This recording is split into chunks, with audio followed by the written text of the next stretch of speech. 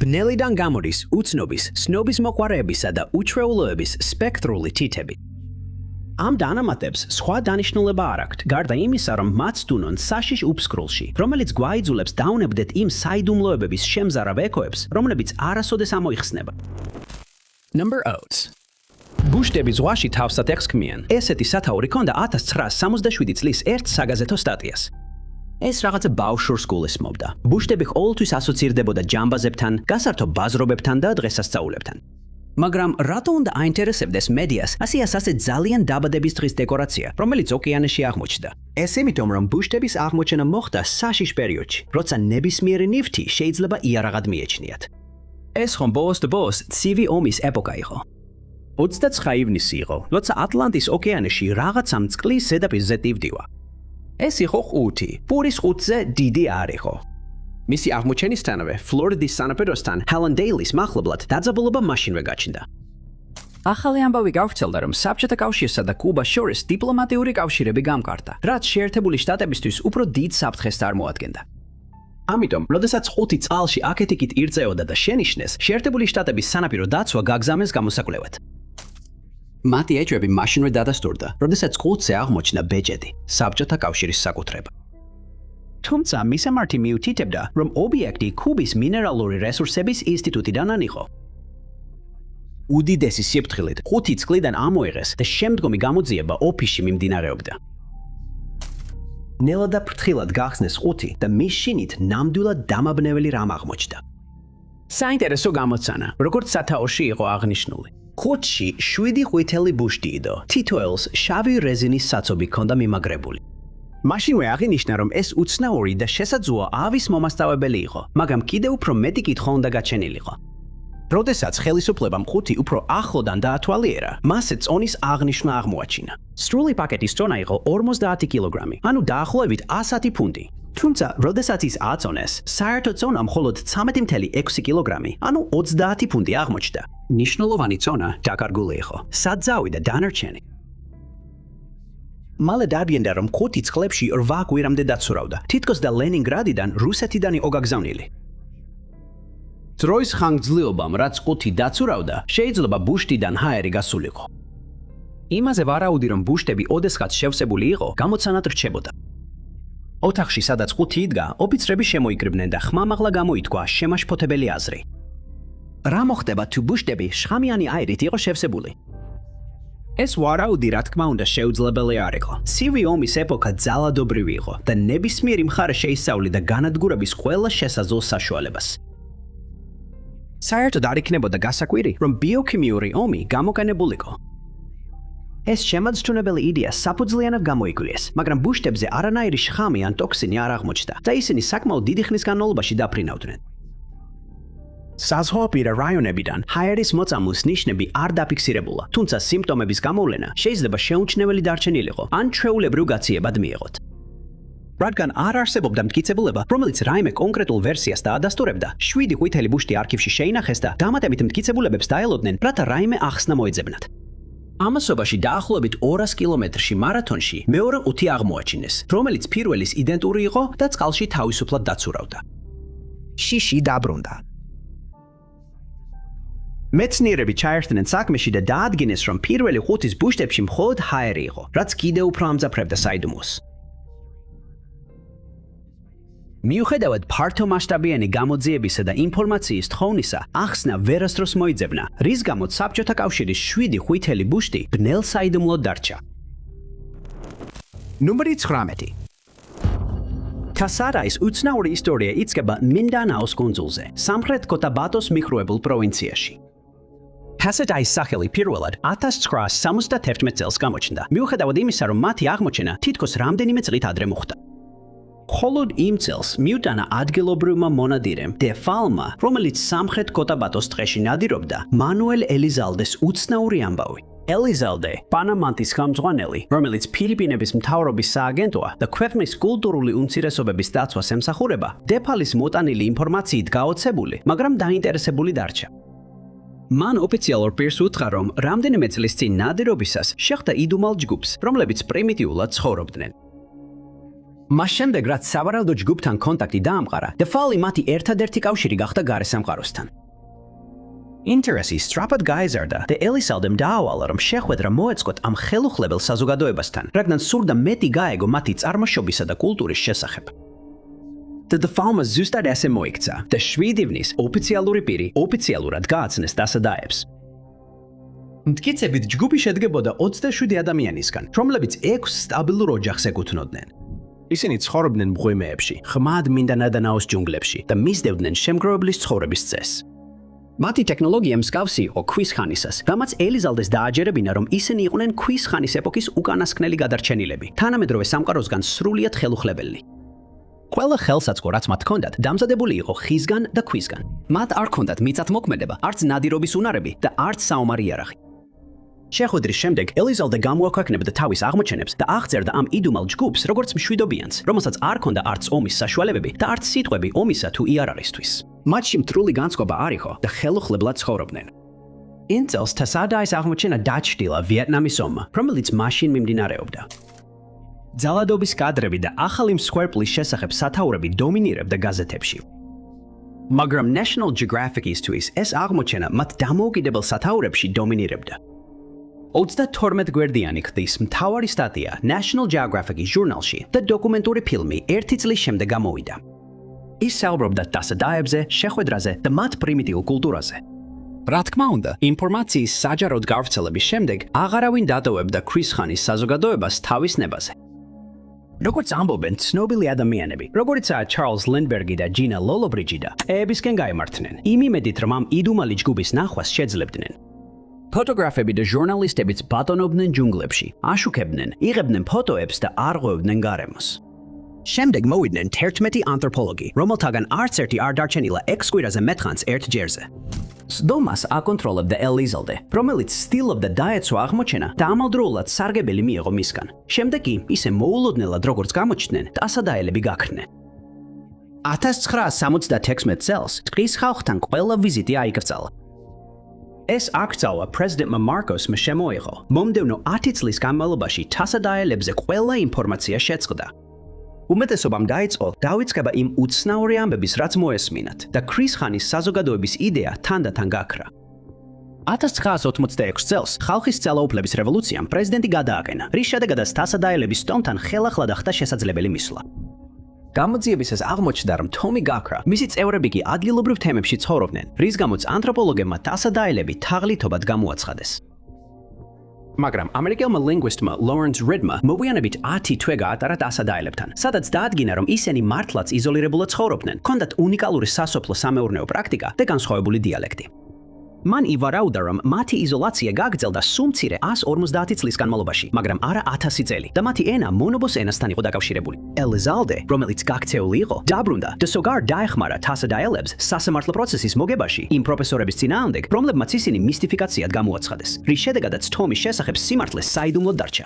მე-18 ნომერი 2007 წელს სხვა ტიპის საიდუმლომ დაიპყრო საერთაშორისო სათაურები, სადაც არხის კუნძულები წინა პლანზე აღმოჩნდნენ. ეს იყო 23 აპრილი, როდესაც რეი ბოიერმა გაერთიანებული სამეფოს არხის კუნძულების პილოტმა დრილანდერში ჩაჯდა. ის რუტინულ ფრენას ასრულებდა საუთჰემპტონიდან და ალდერნისკენ მიემართებოდა, რომელიც კუნძულის ყველაზე ჩრდილოეთ ნაწილში მდებარეობს. როდესაც იმ შუადღეს მეოთხე რეისი ცაში აფრინდა, ყველაფერი წესრიგში ჩანდა. თუმცა რამდენიმე წუთის შემდეგ სიმშვიდის შეგრძნება გაქრა, როდესაც რეიმ და მისმა 5 მგზავრმა რაღაც აუხსნელი შენიშნეს. თვითმფრინავი კუნძულიდან მხოლოდ 30 მილის დაშორებით და 4000 ფუტის სიმაღლეზე იყო, როდესაც მათ ის შენიშნეს. ალდერნიდან მხოლოდ 40 მილის დასავლეთით უცნაური ფორმის აპარატი ლივლივებდა. ის გრძელი, წვრილი და ბასრი იყო. მისი კაშკაშა ყვითელი ფერი კი ოკეანის ლურჯ ფონზე მკვეთრად გამოირჩეოდა. ეს უცნაური აპარატი ცაში 2000 ფუტ სიმაღლეზე უძრავად იდგა. თავდაპირველად რეიმ იფიქრა, რომ ის მის თვითმფრინავთან ბევრად ახლოს იყო, არა უმეტეს 10 მილისა. თუმცა, როგორც კი მან განსაზღვრა, რამდენად შორს იყო ის, ობიექტის ნამდვილი მასშტაბები გამოიკვეთა და ის უზარმაზარი აღმოჩნდა. რეიმ და მისმა მგზავრებმა აღნიშნეს, რომ ის მნიშვნელოვნად დიდი იყო ვიდრე ბოინგ 737 და განაცხადეს, რომ მისი სიგანე 1 მილი მაინც იქნებოდა. თუმცა, ეს ყველაფერი არ იყო, რაც რეიმ და მისმა მგზავრებმა დაინახეს. როდესაც ისინი აგრძელებდნენ ფრენას, უცნაური აპარატის გვერდით კიდევ რაღაცა მიიპყრო მათი ყურადღება. როდესაც ისინი ალდერნის მიუახლოვდნენ, ახლოს მეორე ობიექტიც შენიშნეს, რომელიც პირველის იდენტური იყო. ამჯერად ის გერნსის ზემოთ ლივლიუებდა, მაგრამ მხოლოდ 9 წუთით დარჩა ხილული. იმის გამო რაც დაინახა, რეიმ ჯერსის აეროპორტის საჰაერო მოძრაობის კონტროლთან დაუკავშირდა. საოცარია, მაგრამ რეი ერთადერთი არ იყო, ვინც იდუმალი ერთი ან ორი აპარატის შესახებ დარეკა და შეატყობინა. Patrick Pattersonმა კიდევ ერთმა პილოტმა, რომელიც საპირისპირო მიმართულებით მიფრინავდა, იგივე დაინახა. პილოტი Blue Islands-იდან მოდიოდა და იმავე დროს ჯერსისკენ მიემართებოდა. როცა სარკს ჩაუარა, მან მარცხენა მხარეს ჰაერში გამოკიდებულ უცნაურ ობიექტს ჩაუარა. მან ეს აპარატი აღწერა როგორც თხელი, ყვითელი და compact disk-ის მსგავსი. ის ზუსტად იმავე ადგილას იყო, სადაც რამდენიც ადრე, რეიმ წუთით ადრე, რეიმ შენიშნა იგი. ისტორია კიდევ უფრო უცნაური გახდა, როდესაც მიწაზე მყოფმა ადამიანებმა იგივე შესახებ დაიწყეს შეტყობინება. Guernsey's BBC რადიომ განაცხადა, რომ სარკის ორი მცხოვრები ცაში ორ წარმოუდგენლად კაშკაშა ყვითელ ობიექტს ხედავდა. საჰაერო მოძრაობის კონტროლმაც დააფიქსირა ეს ობიექტები რადარზე 55 წუთის განმავლობაში, სანამ ისინი გაქრებოდნენ. გამოძიებების მიუხედავად 1 წლის შემდეგაც 2008 წლის სამეცნიერო ანგარიშმა არ აღმოაჩინა რაიმე სამხედრო აქტივობა ან ექსპერიმენტი ამ ტერიტორიაზე. და მათ განაცხადეს, რომ არხის კუნძულების საჰაერო მოძრაობის კონტროლი ეხლა აღარ იყო ინფორმირებული ამ ობიექტების შესახებ. ექსპერტებმა ვერ შეძლეს ობიექტების იდენტიფიცირება. მათ მხოლოდ ნაწილობრივ შესაძლო ახსნა შესთავაზეს, როგორიცაა მზის ჰალოები ან ანარეკლები. მაგრამ საბოლოოდ ინგლისის არხის ამოუცნობი მფრინავი ობიექტები კვლავ აუხსნელად რჩება. ნომერი 17. Paul Harley ოჯახიანი კაცი იყო. მას ჰყავდა ცოლი, 3 შვილი და შვილიშვილები. 2014 წელს ის მუშაობდა რკინიგზის ქსელში შემდუხებლად და ოჯახს არჩენდა. წინამორბედ წლებში, მაშინ 53 წლის ასაკში, ის არაერთხელ გაუჩინარდა. ამბობდნენ, რომ მას ფსიქიკური ჯანმრთელობის პრობლემები ჰქონდა, რის გამოც უმიზეზოდ სადღაც მიდიოდა ხოლმე, მაგრამ ყოველთვის სწრაფად პოულობდნენ და ოჯახი, რომელსაც ის უყვარდა და რომელიც მას ზრუნავდა, მხარს უჭერდა. თუმცა ერთ კვირა დღეს ჰარლიების ოჯახის ცხოვრება სამუდამოდ შეიცვლებოდა. ეს იყო 2014 წლის 28 სექტემბერი, როდესაც პოლი თავის სახლიდან Whiteford Avenue-ზე დამბარტონში გავიდა. ამჯერად თუმცა რაღაცა განსხვავებული იყო. კაცმა გადაწყვიტა, რომ მობილური ტელეფონი, საბანკო ბარათები ან სახლის გასაღებები არ წაეღო, რომლებიც ადრე თან მიქონდა. როდესაც ოჯახმა გააცნობიერა, რომ ის აღარ ბრუნდებოდა, პოლიციას პოლის დაკარგვის შესახებ აცნობეს.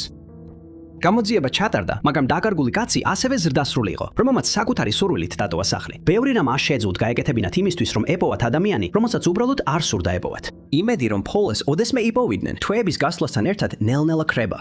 მიუხედავად ამისა, ისინი სასოწარკვეთილებით ცდილობდნენ გაეგოთ, რა მოხდა. მათ სჯეროდათ, რომ მამა არასოდეს მიატოვებდა მათ. ამიტომ ბავშვები ყველაფერს აკეთებდნენ საიდუმლოს გასარკვევად. პასუხების ძიებაში ისინი იყენებდნენ კერძო დეტექტივებს, საჯარო მიმართვებს და ექსტრასენსებსაც კი. ოჯახს ექსტრასენსების არ სჯეროდა, მაგრამ ისინი მტკიცედ იყვნენ განწყობილნი, რომ გამოიყენებინათ ყველა შესაძლო რესურსი. ზოგიერთი იმ ნათელთხილველთაგან ამტკიცებდა, რომ ის, ციტატა, წავიდა, სხვები კი ვარაუდობდნენ, რომ ის წყალში იყო. ვერავინ შეძლო დაედგინა, სად იყო ის, ან როგორი იყო მისი ბედი. ძებნა მისმა შვილებმა ქოშმარად შეაფასეს, რომლებიც გატეხილები დარჩნენ იმის გამო, რომ ახალი ინფორმაცია არ იყო. თვეები წლებად იქცა და მალე იმედის უკანასკნელი ნამსხვრევიც გაქრა. Paul Harley დაკარგული იყო და მას არ სურდა რომ ეპოვათ. წლები გაიძელა ახალი ინფორმაციის დანახვის შემთხვევებისა და სხეულის გარეშე. შემდეგ რაღაც უცნაური მოხდა. 2021 წელს გლაზგოდან გავრცელდა ფოტო. ფოტოზე იყო კაცი, რომელიც თბილ ტანსაცმელში იყო გამოწყობილი და თოლში იჯდა, როცა ფანტელები მის გარშემო ცვიოდა. მიუხედავად იმისა, რომ მისი სახე არ ჩანდა, პოლის ოჯახის იმედი კვლავ გააღვივდა. გლაზგოს საქველმოქმედო ორგანიზაციამ თავშესაფარი შესთავაზა უსახლკარო კაცს 2018 წელს, რომლის ფოტოც გავრცელდა და რომელიც როგორც ფიქრობდნენ Paul Harley იყო 2014 წლიდან დაკარგული. მისი ოჯახი გლაზგოში გაემგზავრა, თუმცა გაიგეს, რომ ფოტო ძველი იყო. შესაძლო დანახვის შემთხვევების მიუხედავად, კამპანიის ორგანიზატორმა განაცხადა, რომ ფოტოზე გამოსახულ კაცს არ სურდა რომ ეპოვათ, თუმცა ვერ დაადასტურა Paul Harley იყო თუ არა ის. პოლი რამდენიმე დღით ადრე გაუჩინარდა, ვიდრე დაგეგმილი გადასვლა უნდა მომხდარიყო, რამაც მისი გაუჩინარება კიდევ უფრო გაუგებარი გახადა. ნომერი 16. 2019 წელს მზარდი კრიზისის განვითარებამ და პანდემიის დაწყებამ ახალი ამბების სათაურები დაიპყრო. თუმცა მექსიკაში განცდილი შეში სულ სხვაგვარი იყო. რაღაცა მართლაც ბოროტი გამოვიდა ქუჩებში, ჩრდილებში იმალებოდა და მოქალაქეებს აშინებდა. ჩიაპასის მუნიციპალიტეტის კოხედას მცხოვრებლები უძილოდ დარჩნენ, ფანჯრებიდან იყურებოდნენ და ყოველ ხმაურზე კანკალებდნენ. ქალაქს ღამით სახლებიდან გასვლის ეშინოდა. ისინი ფიქრობდნენ, რომ ვიღაცა რაღაცა ჩრდილებში უთვალთვალებდათ და თავის შესაძლებლობას ელოდა, რომ დასხლოდა. ამ იდუმალი სიტუაციის კიდევ უფრო შემაშინებელი ის იყო, რომ მტაცებელი ადამიანად არ მიაჩნდათ, არამედ ზებუნებრივი წარმოშობის არსებად. დამოუკიდებელი შეტყობინებები პოლიციის განყოფილებაში მასობრივად შემოდიოდა და ოფიცრები იძულებულნი გახდნენ საჯარო გაფრთხილებები გაეცათ, რამაც მოსახლეობაში პანიკა გამოიწვია. არსების აღწერებში ნათქვამი იყო, რომ ის იყო 6.5 ფუტის სიმაღლის, გამოსცემდა უსიამოვნო სუნს, ტყუები არ ეკარებოდა და 9 ფუტის სიმაღლეზე ხდებოდა ჰაერში. შეტყობინებები აღწერდა მაქციას კოხედაში. მაცხოვრებლები მის ხმუილს ისმენდნენ. ზოგიერთები კი მას პირისპირად შეხვედრიან, რის შემდეგაც შიშისგან ფერი დაკარგეს. მოსახლეობას დაუნახავს ბნელი არსება, რომელიც სახურავებზე და მეზობელი სახლების სახურავებზე დადიოდა. ისინი შიშით უყურებდნენ ფანჯრებიდან ნაწილობრივ დამალულები და იმედით, რომ ხეცი მათ ვერ შეამჩნევდა. არსების ფიზიკური მტკიცებულებებიც გამოჩნდა. ეს იყო დაგრძელებული თათების ნაკვალევი და აუხსნელი ნაკაწრები, რომლებიც ღრმად იყო ჩაჭრილი მყარ-მიწაში. მერცმუნეთ, იმდენად რეალური იყო რწმენა, რომ ქუჩებში მაქცია დადიოდა, რომ ღამის სიბნელეში იარაღის გასროლის ხმები ისმოდა. ზოგიერთი მამაცი მცხოვრები არსებას ებრძოდა, თუმცა ამით საზოგადოებაში კიდევ უფრო მეტ პანიკას თესავდა. ადგილობრივი ეკლესიის პასტორმა კი ხალხს ურჩია, რომ სახლების გარეთ სანთლები დაენთოთ, რადგან სჯეროდა ეს მათ სიმშვიდეს მოუტანდა და ამ იდუმალ არსებასაც დააფრთხობდა. პოლიცია იძიებდა მგელკაცის შესახებ მომრავლებულ ცნობებს ქოჯედას აგუაჰეს რაიონში, სადაც აღმოაჩინეს ხელს მოწყვეტილი ნაკვალევი, რომლის ნაბიჯებიც 10 ფუტს აღწევდა და ადამიანზე ბევრად დიდი იყო. საფრთხის გაცნობიერების შემდეგ პოლიცია აქტიურად იძიებდა. 2020 წლის აპრილში ბარიო ნუევოში 3 ოფიცერი გამოეხმაურა კმუილისა და მგელკაცის დანახვის შემთხვევებს. მათ იხილის არსება, რომელმაც 6 ფუტიანი ხოობე გადახდა და სახურავებზე დადიოდა, რითაც დაადასტურეს მოქალაქეთა შეტყობინებები. თუმცა, კოედას მგელკაცის ჩანაწერებისა და სურათების არარსებობამ სკეპტიციზმი გამოიწვია. ფოტოსურათის სახით ფიზიკური მტკიცებულების გარეშე მგელკაცების არსებობა საიდუმლოდ დარჩა. ადგილობრივი ახსნები მალე გაჩნდა, რომლებიც ჯაგუარებიდან და ოცელოტებიდან ღამურებსა და ბუებამდე მერყეობდა. ზოგიერთმა კი აღნიშნა, რომ თვითმხილველები უბრალოდ სიბნელეში დაბნეულები იყვნენ. ჩიაპასის მგელკაცი დაწკევლილი იყო, რომ მარადიულ საიდუმლოდ დარჩენილიყო. ეს იყო კოლექტიური ისტერია, ადგილობრივი ცხოველი თუ რაღაც უფრო ბოროტი, ფოლკლორისა და შიშის არსება. ნომერი 12. რა ჩამოვარდა სინამდვილეში ვირჯინიაში, ბრაზილია? ეს არის კითხვა, რომელიც ქალაქის მთავარი თემა გახდა 1996 წელს. ვირჯინიის ინციდენტის დროს ბრაზილიის საკუთარი როзвელი, რომელმაც საზოგადოება შეშფოთებული დატოვა და პასუხების ძიებაში, რომლებიც მათ ვერასდროს იპოვეს. ქალაქი მინას-ჟერაისში, ბრაზილიის სამხრეთ-აღმოსავლეთ ნაწილში 100,000 მაცხოვრებელს მასპინძლობდა და მათგან მნიშვნელოვანი ნაწილი უცნაურ განცხადებებს აკეთებდა, რაც ფართო მედია გაშუქებასა და საფუძვლიან გამოძიებას გამოიწვია. ყველაფერი დაიწყო 1996 წლის 13 იანვარს, როდესაც კარლოს დე სოუზა მიემგზავრებოდა მინას-ჟერაისში, სან-პაულოდან. ის აპირებდა მეგობრებთან შეხვედრას იმ დღეს. მათ გეგმაში ჰქონდათ თვითმფრინავებით ფრენა, თუმცა მოგზაურობის დროს კარლოსი გაუგებარი მოვლენის მოწმე გახდა. მან შენიშნა უცნაური სიგარის ფორმის ობიექტი, რომელიც პირდაპირ მისკენ მოდიოდა. ვერ მიხვდა რა იყო ეს, მაგრამ მის უკანა ნაწილს სერიოზული დაზიანება ჰქონდა მიღებული. მისთვის ასე ჩანდა, თითქოს მასზე ესროლათ. ობიექტი მიწიდან 300 მეტრის სიმაღლეზე იყო და სწრაფად კარგავდა სიმაღლეს. სანამ გზატკეცილამდე მიაღწევდა, კარლოსმა დაინახა, როგორ გააკეთა მან მოულოდნელი სრული შემოbrunება. საპირისპირო მიმართულებით გაფრინდა, წამით დაცურდა და შემდეგ პირდაპირ მიწას დაეჯახა. კარლოსმა მანქანა გააჩერა და გაემართა იმ ადგილას, სადაც დაინახა, რომ ამოუცნობი მფრინავი ობიექტი ჩამოვარდა. მან აღმოაჩინა, რომ ის თეთრი სახლის ახლოს ჩამოვარდნილიყო. ის გამოყოფდა ქიმიურ ნივთიერებას, რომელმაც 40 მეტრის სიგრძეზე ბალახი დაცვა. ობიექტი, რომელიც მან დაინახა, დაახლოებით სკოლის ავტობუსის ზომის იყო და ეხლა მის გარშემო ნამსხვრევები ეყარა, რადგან მიწაში იყო ჩაფლული. კარლოსმა ამიაკის სუნი იგრძნო და იპოვა უცნაური თვითგანახლებადი ფოლგის მსგავსი ნამსხვრევი. სამხედროები მივიდნენ და უბრძანეს, რომ იქიდან წასულიყო. ერთი კვირის შემდეგ სტუდენტებმა სპორტ დარბაზთან არსება დაინახეს, მაგრამ სამხედროებმა სწრაფად გადაკეტეს ტერიტორია. იმავე დღის მეორე ნახევარში 3 ქალის ჯგუფმა განაცხადა, რომ მათ ნახეს ორ ფეხზე მოსიარულე არსება არამიწიერი წარმოშობის. ის იჯდა მოგვინტული ქალაქში მიტოვებულ პატარა მიწის ნაკვეთზე. ის იყო 5 ფუტის სიმაღლის და ჰქონდა დიდი თავი. მათ განაცხადეს, რომ ის გამხდარი იყო, ყავისფერი და ზეთოვანი კანი ჰქონდა. დღე დასრულდებოდა რამდენიმე აუხსნელი უცხოპლანეტური დანახვით და მინიმუმ ერთი ამოუცნობი მფრინავი ობიექტის მოხსენებით. ეს უცნაური და შემაშფოთებელი შემთხვევა დღემდე აუხსნელია და კვლავ აშინებს ყველას, ვინც მასზე იგებს. ნომერი 12. Suheigo Kyuchim საინტერესო ცხოვრება განლო. ის იყო მწერალი და კომეტების მაძიებელი, რომელმაც თავისი ცხოვრების განმავლობაში 4 კომეტა აღმოაჩინა. ერთ-ერთ იმ კომეტას მისი სახელი დაარქვეს. ამ ციური ობიექტების პოვნა ადვილი არ არის, რადგან ისინი ვარსკვლავებზე ნაკლებად ანათებენ. Kyuchi ამიტომაც დიდ კოსმოსურ თოვლის გუნდების მონადირედ ითვლებოდა. მაგრამ იყო კიდევ უფრო გამორჩეული რამ, რამაც ეს ადამიანი სუდი სახელით გაათქვა. საიდუმლო, რომელიც იმდენად უცნაურია, რომ მეცნიერებს დღემდე საგონებელში აგდებს მისი ისტორია. მისი ისტორია დაიწყო 1977 წელს, როდესაც ის 22 წლის იყო და მუშაობდა იაპონიის საერო თავდაცვის ძალებში. როგორც ფრენების დისპეჩერი, ის აკონტროლებდა ავიაციურ ოპერაციებს, განსაკუთრებით ჰიაკურიუს საჰაერო ბაზისთვის ომიდამაში, იბარაკის პრეფექტურაში. ერთ საღამოს, როცა მუშაობდა, კუჩი მოულოდნელად ძლიერი ტკივილი დაიტანჯა, რომელიც მუცლიდან ასხივებდა. მისმა თანამშრომლებმა სწრაფად შეამჩნიეს ეს და ის სასწრაფოდ საავადმყოფოში გადაიყვანეს. საავადმყოფოში კუჩის დაუდგინდა 12 გოჯა ნაწლავის გაუვალობა. ეს მდგომარეობა შეიძლება სასიკვდილო აღმოჩნდეს, სიმპტომი, რომელსაც ახალგაზრდა კაცი ვერ აიცილებდა. რამდენიმე წუთიანი რეანიმაციის მცდელობის შემდეგ იგი გარდაცვლილად გამოაცხადეს. და ეს იყო ყველაფერი. ექიმებმა გაიხადეს ხალათები და სხეულის მოსამზადებლად მზადება დაიწყო. 30 წუთის შემდეგ საავადმყოფოს პერსონალი უკვე ჩვეულ საქმიანობას დაუბრუნდა. შემდეგ კი რაღაც მართლაც აუხსნელი მოხდა. კუჩი გამოფხიზლდა. ის ისე გაცოცხლდა, თითქოს ღრმა ძილში იყო, მაგრამ ასე არ ყოფილა. მის გარდაცვალებას რამდენიმე ექიმი ესწრებოდა და მათი მცდელობა რომ გაეცოცხლებინათ უშედეგო იყო. მიუხედავად იმისა, რომ ბევრი იფიქრებდა თითქოს კუჩი ამდენი ხნის განმავლობაში გარდაცვლილი იყო, მას ტვინის დაზიანება ან სხვა ჯანმრთელობის პრობლემები ექნებოდა. ის სრულიად ჯანმრთელი იყო, გარდა იმისა, რომ თითქმის მარადიულ ძილში ყოფნისას საკმაოდ უცნაური შემთხვევა გადახდა. სრული სიბნელეში მისვლისას კუჩიმ შორიდან სინათლე შენიშნა. ის სინათლე აღმოჩნდა გვირაბი, რომელიც აუხსნელად იზიდავდა მას. შიგნით შესვლისას კუჩი ახალ გარემოში აღმოჩნდა, სადაც ყვავილებითა და მწვანე აყოვებული მინდვრით იყო სავსე. ყველაზე საოცარი ის იყო, რომ კუჩი ამტკიცებდა, რომ სხეულს სრულად გრძნობდა. ის ფეხში შველი დადიშველი დადიოდა და მიწასა და ბალახს ფეხქვეშ გრძნობდა. მალე მან აღმოაჩინა მდინარე, რომელშიც ნავი ირწეოდა. ის ნავში ჩაჯდა და ხელებით დაიწყო ნიჩბვა, რაც საკმაოდ დამღლელი იყო და მეორე ნაპირზე მისვლისას თავი დაღლილად იგრძნა.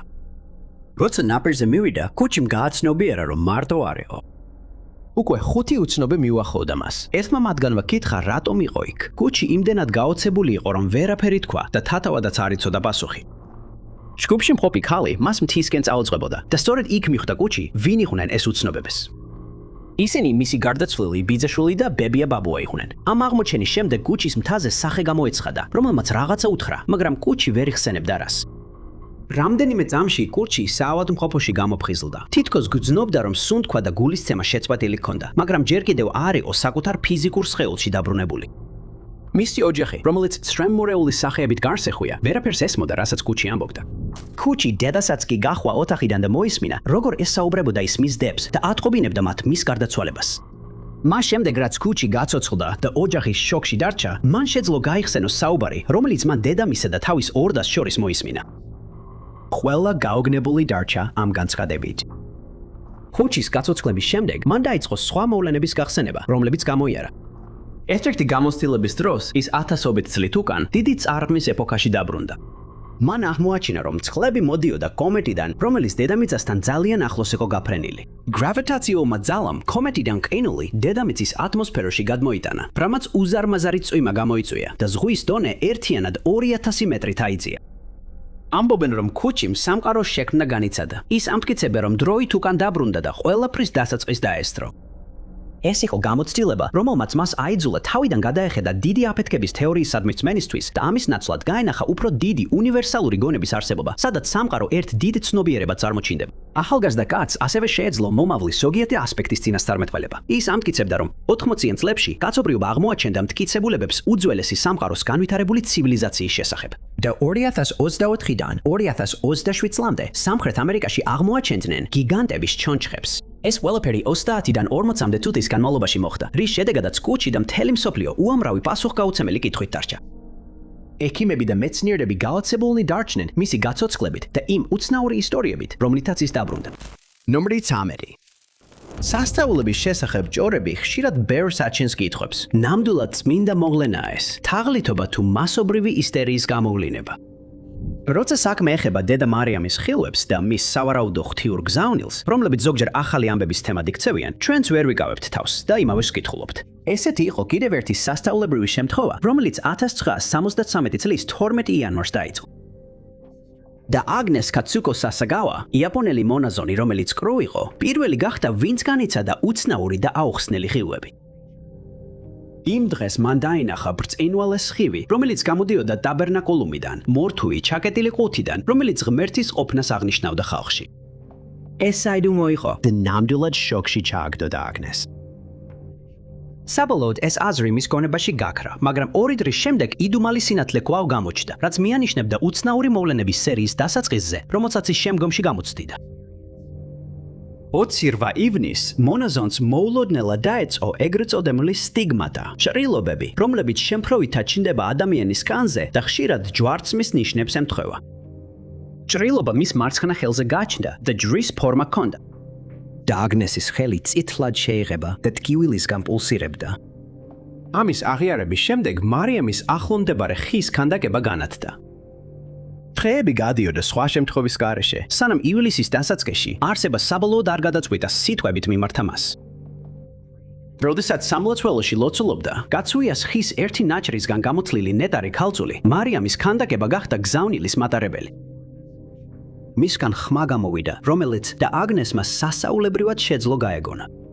ხმა განაცხადა, რომ მისი სიყრუე მალე განიკორნებოდა. მას ასევე დაავალეს ელოცა კაცობრიობის ცოდვების გამოსასყიდად და ყველაფერი რაც ნახა, უფროსისთვის ეცნობებინა. იმავე დღეს ეკლესიის სხვა დამები შენიშნეს, რომ ქანდაკების ხელიდან წითელი სითხე წვეთავდა. 4-ჯერ განმეორდა ეს მოვლენა, რამაც ეკლესიაში შიშის ტალღა და ამავდროულად ინტერესიც გამოიწვია. როგორც ამბობენ, ქანდაკების ხელზე არსებული ჭრილობა რამდენიმე თვის განმავლობაში დარჩა იქ, სანამ 29 სექტემბერს საიდუმლოდ არ გაქრა. შემდეგ დებმა შენიშნეს, რომ ღვთისმშობლის კელზე და შუბლზე ოფლი გაჩნდა. რამდენიმე დღის შემდეგ და აგნეს მეორე შეტყობინება მიუვიდა. ამჯერად ხმამ აუხსნა, რომ უფლის გულისხმობა იზრდებოდა და ეს ნიშნავდა, რომ კაცობრიობას დიდი სასჯელი ელოდა. კვლავ მონაზონს დაავალეს, რომ ყველაფერი უფროსისთვის ეცნობებინა. 13 ოქტომბერს და აგნესმა მიიღო თავისი მესამე და საბოლოო გზავნილი ხილვისგან, რომელსაც უწოდეს აკიტის ღვთისმშობელი. ხმა დაიწყო იმით, რომ გზავნილი მის უფროსს გადაეგზავნებოდა. მისი თქმით, ადამიანები არ ინანიებენ და არც უკეთესები ხდებიან, რის გამოც მამა დიდ სასჯელს დაატეხს კაცობრიობას.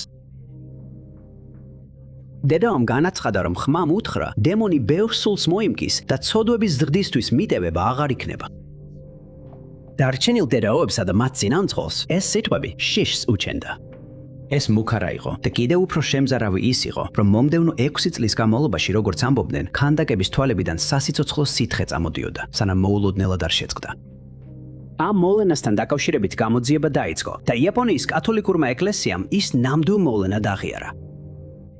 მათ ეს წმინდა მოვლენად მიიჩნიეს, მაგრამ სამეცნიერო საზოგადოებისთვის ეს გაუგებარი იყო. რა მოხდა სინამდვილეში აქ? ეს ყველაფერი მისტიფიკაცია იყო, როგორც ბევრი სხვა შემთხვევა, თუ აქ რაღაც უფრო ბოროტი და საშიში იმალებოდა. ნომერი 12. საშიში და იდუმალი მოვლენები მხოლოდ ეკლესიებს, ცას ან უბნების ჩრდილებს არ ეხება. ეს შემაძრწუნებელი შემთხვევები ყველგან შეიძლება მოხდეს და ნებისმიერ ადამიანს შეუძლია მათი მომსწრე გახდეს. ყველაზე ნაკლებად მოსალოდნელი ადგილი აუხსნელი მოვლენისათვის კი კოსმოსური ცენტრი იქნებოდა. ისიც კი რომ ამას ოფიციალური თანამშრომელი შეესწრებოდა, ალბათობის ფარგლებს სდება. თუმცა 1986 წელს სწორედ ეს მოხდა. ჰიუსტონში, ტეხასში ქარიანი ღამე იყო და სიბნელე NASA-ს ჯონსონის კოსმოსურ ცენტრს ეხარებოდა. საღამოს სამუშაოს ასრულებდა NASA-ს არქივარიუსი ფრენკ შოუ, რომელმაც ახლახან დაასრულა მორიგეობა და ავტოსადგომზე თავის მანქანისკენ მიემართებოდა. ოფისში საკმაოდ მშვიდი და არაფრით გამორჩეული დღე იყო. თუმცა ფრენკ შოუსთვის დღე ბევრად უფრო საინტერესო უნდა გამხდარიყო, მაგრამ არა ისე როგორც მოელოდა, რადგან როდესაც მანქანას მიუახლოვდა, არქივარიუსი შეჩერდა, როცა თვალის კუთხიდან რაღაცის მოძრაობა შენიშნა. თავი მაღლა ასწია და მზერა ჯონსონის კოსმოსური ცენტრის უზარმაზარი შენობის ზედა ნაწილს მიაპყრო. ის რაღაცას დააგვერდა, რაღაცას, რამაც ზურგში ცივი ჟრუანტელი გაუშვა და ინანა რომ მანქანაში უფრო სწრაფად არ ჩაჯდა. ზედა წვერზე ისეთი რამ იყო შემდგარი, რაც მხოლოდ შიშს იწვევდა. ეს იყო არსება, რომელიც მანამდე არასდროს ენახა, დიდი და ღამისავით შავი. მას ჰქონდა უზარმაზარი ღამურას ფრთები, რომლებიც გარგოილს ააგავდა. შიშიანად გაშიშებულ შოუს არაფერი შეეძლო, გარდა იმისა, რომ მიშტერებოდა მას. თითქოს ყველა კოშმარი მის თვალწინ გაცოცხლებულიყო და მათთან ერთად მოსული შიში თელს ხელში უვლიდა. მონსტრმა თითქოს შენიშნა შოუ და თავისი გამჭოლი თვალები მის თვალებს გაუსწორა. არქივარიუსი მოგვიანებით ამტკიცებდა, რომ გარგოილი თითქოს სიამოვნებდა იმ პანიკით, რაც გამოიწვია. შემდეგ არსებამ გაშალა ფრთები და გამოსცა ჩხარულის ხმა, როცა ღამეში გაფრინდა. კიდევ რამდენიმე წუთი გავიდა, სანამ მამაკაცი შეძლებდა დამშვიდებას და მოძრაობას. მან კანკალი ჩაჯდა მანქანაში და სახლისკენ გაემართა. სახლში ოჯახი მის დაბრუნებას ელოდებოდა. ის ჩვეულებრივზე გვიან დაბრუნდა, რამაც მათში შეშფოთება გამოიწვია. როგორც კი შოუ სახლში მივიდა, მათ მაშინვე გააცნობიერეს, რომ რაღაც რიგზე არ იყო. შოუ ფორმკრთალი იყო და სუდქვა უჭირდა და მალევე დაიწყო ყველაზე წარმოუდგენელი ამბის მოყოლა, რაც კი ოდესმე გაუგონიათ. რა თქმა უნდა, ოჯახმა არ დაუჯერა და იფიქრა, რომ მან ალბათ არასწორად აღიქვა ის, რაც ნახა. ერთად გადაწყვიტეს, რომ შოუს ამის შესახებ არავისთვის უნდა ეთქვა და შოუმაც სიტყვა შეასრულა, როცა ცდილობდა ის ღამე გონებიდან ამოეშალა. თუმცა ამ ურჩხული არსების ფიქრით შეწუხებულმა მან ეს მეგობარს გაანდო, რომელიც ასევე მისი ზედამხედველი იყო. შოუს ეგონა, რომ მაშინვე გაათავისუფლებდნენ სამსახურიდან, მაგრამ პასუხმა სასიამოვნოდ გააოცა. ზედამხედვამ მოუთხა, რომ ის პირველი არ იყო, ვინც გარგოილი დაინახა. სავარაუდოდ, უკვე გახსნილი იყო საქმე წინა დანახვისა და კოსმოსურ ცენტრში ორი მცველის აუხსნელი გარდაცვალების შემდეგ. შოუს შვება იგრძნო, მაგრამ ის ფაქტი, რომ არ იყო შეშლილი, ან არსება არ წარმოედგინა, ახალ კითხვებსა და უფრო დიდ რისკებს აჩენდა. რას ხედავდნენ ის და სხვა მოწმეები ჰიუსტონში? ნომერ 11. 2011 წლის 11 მარტს იაპონიის ხრმულის მაცხოვრებლებს მწარე გამოფხიზლება ელოდათ. მიწისძვრა, რომლის სიმძლავრეც შემზარავი 9.1 იყო, ჯარჯმა მიაყენა ჰონსიუეს ჩრდილო-აღმოსავლეთ სანაპიროს. გამოიწვია მასიური ცუნამი, რომელიც სანაპიროზე სულ რაღაც 30 წუთში მივიდა. ზღვის კედლები დაანგრია და მომდევნო დღეებში 3 ბირთვული რეაქტორი წყობრიდან გამოიყვანა. ის ცნობილი გახდა როგორც 2011 წლის თოოკუს მიწისძვრა და ცუნამის მოვლენა. ეს იყო კატასტროფა, რომელმაც გაანადგურა სახლები, მიწა, გათიშა ელექტრომომარაგება და ათასობით ადამიანის სიცოცხლე შეიწირა. ჩამოწერილია 15,899 გარდაცვლილი, 6 დაკარგული და 6,000-ზე მეტი დაშავებული. 123,000 სახლი დაინგრა და კიდევ მილიონი სახლი დაზიანდა. 12 ფუტის სიმაღლისა და საათში 500 მილე სიმილის სიჩქარით მოძრამა ცუნამმა ზიანის უმეტესი ნაწილი გამოიწვია. ისინი, ვინც ამ საშნელი მოვლენის დროს გადარჩნენ, დარჩნენ უსახკაროდ, უჭმელად და თავიანთ გონებაში სამუდამოდ დარჩათ ეს შემზარავი სურათი. ამ ძიმე ტრაუმული მოვლენის კადრებს, სტატისტიკასა და ზარალს თან ახლავს საიდუმლო, რომელიც ახსნას არ ექვემდებარება. ეს იყო ცუნამის ნგრევის შემდეგ დაწყებული სავარაუდო მოჩვენებების ხილებისა და აუხსნელი შეხვედრების ტალღასთან დაკავშირებული საიდუმლო. ზუსტად მაშინ, როცა სანაპიროზე ცხოვრება ნორმალურ რეჟიმს უბრუნდებოდა, უცნაური ხილობი დაიწყო. ტაქსის მცველებმა ყველაზე დაზარალებულ რაიონებში, როგორიცაა სენდაი ან იჩინომაკი, რამდენიმე შემაშფოთებელი ისტორია მოხვეს. რამდენიმე მძღოლი ამტკიცებდა, რომ აღყავდათ მგზავრები, რომლებიც დანიშნულების ადგილამდე მისვლამდეც კი იდუმალად ქრებოდნენ. ხშირად მგზავრები უთითებდნენ მისამართებს, რომლებიც აღარ არსებობდა უბნებში, რომლებიც ცუნამებით ცუნამმა გაანადგურა. ცუნამის შემდეგ ტაქსის მძღოლები ხვებოდნენ, რომ უკანა სავარძლები შემაძრწუნებლად ცივი იყო და ამ მოჩვენებამ მგზავრებთან დაბნეული საუბრები ჰქონდათ. ხშირად მარშრუტს მაშინაც ასრულებდნენ, როცა მგზავრები ქრებოდნენ. სხვა მცხოვრებლებმა დაინახეს ცუნამით სველი ფიგურები, ნივთები, რომლებიც აუხსნელად მოძრაობდნენ და ელექტრონიკა, რომელიც უცნაურად იქცეოდა. მიუხედავად სკეპტიკოსების მტკიცებისა, რომ ეს პოსტტრაუმული სტრესის შედეგია, მცხოვრებლები თავიანთ ისტორიებს მაინც ინარჩუნებდნენ, რაც ამ ამბავს დამაინტრიგებელსა და შემაშფოთებელს ხდის. ნომერი 10. გრიფინი მეტეორი არსება, რომელსაც ლეგენდების მიხედვით აქვს ლომის ტანი, უკანა ფეხები და კუდი, ასევე არწივის თავი, ფრთები და წინაბოჭკალები. რადგან ეს გამოსახულება აერთიანებს როგორც მხეცების მეფეს, ასევე ფრინველების მეფეს, გრიფონი ხშირად გამოიყენება სიმამაცის, ძალისა და ღვთაებრივი მფარველობის სიმბოლოდ გარგოულ გარემოებებში. მიჩნეულია, რომ ეს მითი წარმოიშვა აბრეშუმის გზაზე, როდესაც უძველესი მოგზაურები წააწყდნენ პროტოცერატოპსის დინოზავრის გაქვავებულ ნაშთებს და შეცდომით იფიქრეს, რომ ამ არსებას ზემოთ აღნიშნული სხეულის ნაწილები ჰქონდა. მიუხედავად იმისა, რომ ჩვენგან უმეტესობას გრიფონი მხოლოდ მითად მიაჩნია, ბრენტფორდში, დასავლეთ ლონდონში მცხოვრები მოსახლეობა ასე დარწმუნებული არ არის. ამბობენ, რომ ეს არსება იქ რამდენჯერმე შენიშნეს და მას შემდეგ თავისი კვალი დატოვა ამ ტერიტორიაზე.